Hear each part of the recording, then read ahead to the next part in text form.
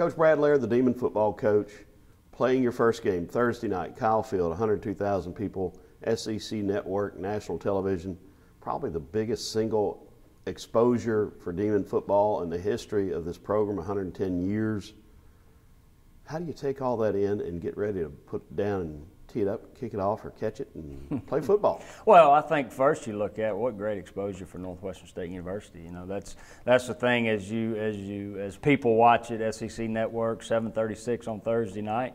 You know, that's what they're going to see, Northwestern State. And we get the opportunity to, you know, go back to what we instilled and started scheme-wise, I guess, in spring practice and through fall camp, through the summer. You know, and just like I've said over the last couple of days, you know, it gets to a point where you're ready to line up and just play against somebody else. You know, Northwestern State's been playing Northwestern State since last spring. You know, we're ready to line it up and play somebody else, and we get that opportunity Thursday night. Now, clearly, it's a Power 5 school, SEC school, all those resources, great athletes, great coaches, and you're an FCS school with a lot of athletes who believe they're overlooked in recruiting and hoping to prove themselves on Thursday night. But we've seen some of these games recently with Southland Conference schools going into places like Nebraska, Georgia, and Texas A&M and play them for 4 quarters of football and come very close, if not win the game. So what's your message to your team heading into Thursday night?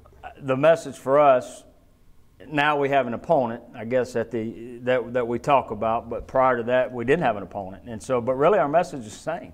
It's I want to worry about Northwestern State, how good we can be.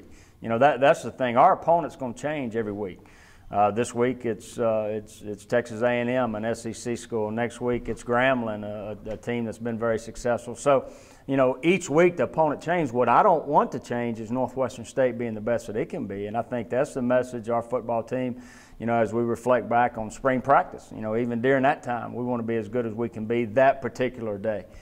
So we've kind of built it up, not that our message is any different. You know, the venues will be different each week. The opponent will be different each week. But what I want to be consistent is Northwestern State being as good as we can be. And that's the thing that we're focused on as we move forward. Now, you've got an Aggie on your staff, an offensive line coach, Jay Pond. Has he or will he share with the team any insight into what to expect?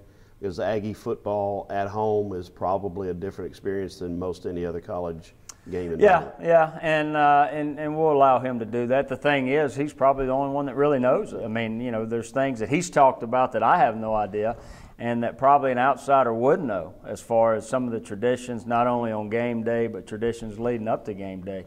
But he, you know, the thing is, he's an Aggie through and through, and one thing about that you learn, that I've learned from him is he takes that very seriously. Now, I will say this, the thing I do know about Jay Pond is that when we line up Thursday night, there's only one team that he's rooting for. But, you know, there's a lot of blood, sweat, and tears that he has at that university, and just like we all do as we move on from different places, that we have those memories, and there's no doubt that he does, and a lot of traditions that he shares. Likewise, you're going to take the field for the first time as head coach of your alma mater.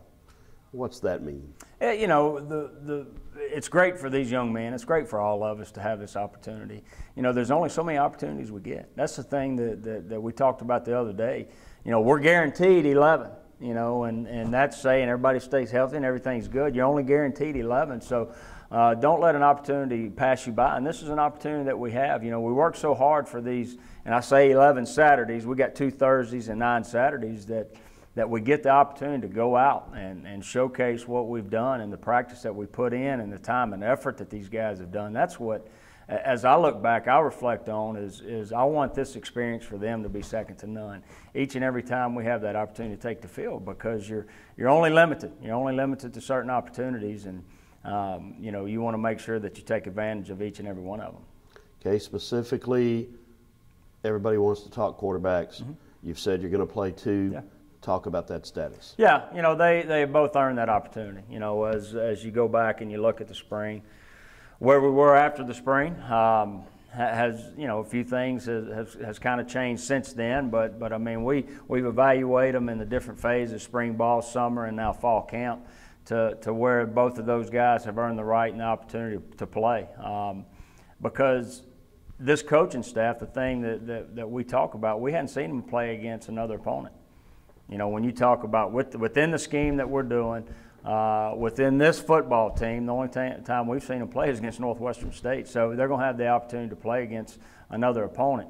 You know, we'll sit down and evaluate as far as when exactly the next quarterback will go in. And the thing that I want to make sure we stay away from is that they understand the nature of how this is going to go, because the thing you don't want, I've played that position, you never want that guy looking over the shoulder. You don't want them to approach each series or each play worried about making a mistake. That's not got them where they are now. What got them here is going out and doing the things that we've asked them to do, and that's what we want to see as we move forward. There's the stock statement, if you have two quarterbacks, you don't have any. Mm-hmm. Is that not the case here? No, because they both have put themselves in position to be able to take the field. That's the thing. It's not like one step back to say, okay, now we don't have one. That's a good part of. That's what made this decision easy. Also, I think if it's a decision where, you got two and you don't know, then but when you got two that have earned the opportunity, you feel good about it. Okay, you've got a Purple Swarm defense with two dynamic players returning up front in Zach Krolchek and Obina Ioma, and you've got a secondary with a lot of experience back. You've got no experience back at linebacker, so to speak. Is linebacker your biggest concern, or do you have other concerns defensively? Well, I think if you look at it on paper initially, defensively, yeah, you're right. The linebacker situation, because there's one guy that has any significant playing time, and that was very limited in Isaiah Longino.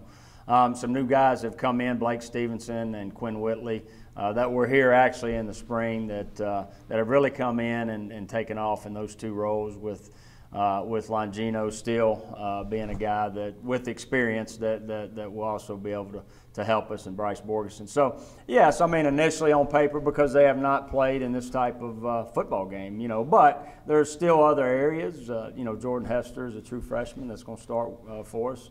In the back end, we moved some guys in the back end, so there'll be some new guys, some new faces back there that have not does not have game experience. So, I think for all of us, again, it's I kind of said it offensively speaking, and it's no different defensively. It's line up and play somebody else, get them in a game type situation, see how they react during that opportunity.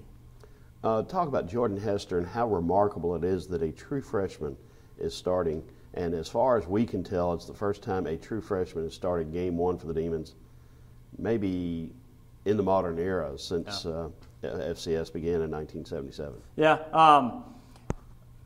The thing that we've talked about with this football team, I mean, the guys, the best guys are going to come in and play that are consistent with what we ask them to do, and Jordan has been that guy since July 1. Not that the other guys have not competed to be able to be in that situation and be in that role, but he's come in and he's done everything we've asked him to do. His mentality is he wants to be as good as he can be each and every day. You see his leadership. He's maybe not a vocal leader, but he's going to be the first in everything he does and everywhere he goes and everything that he wants to go about it as far as the practice is concerned, about off the field. So, he's put himself in that position. He's earned the right to be able to go out there and start against Texas A&M, and I tell you, we're looking forward to the opportunity to be able to watch him. Okay, I think I know the answer to this question, but I'm going to ask it. Paint the perfect picture Thursday night. Well, Northwestern play as good as they can play. And that's exactly what I thought you'd say. As we go back and watch the film, and that's as we prepare for this game Thursday night. When we come back early mornings of Friday, we want to be able to turn on that film and say, you know what, we put it all out there. Our guys competed. They played with unbelievable effort, a great attitude, and did everything we asked them to do. If you're walking away smiling after the game, that's going to be even better. No doubt. Yep. Thanks.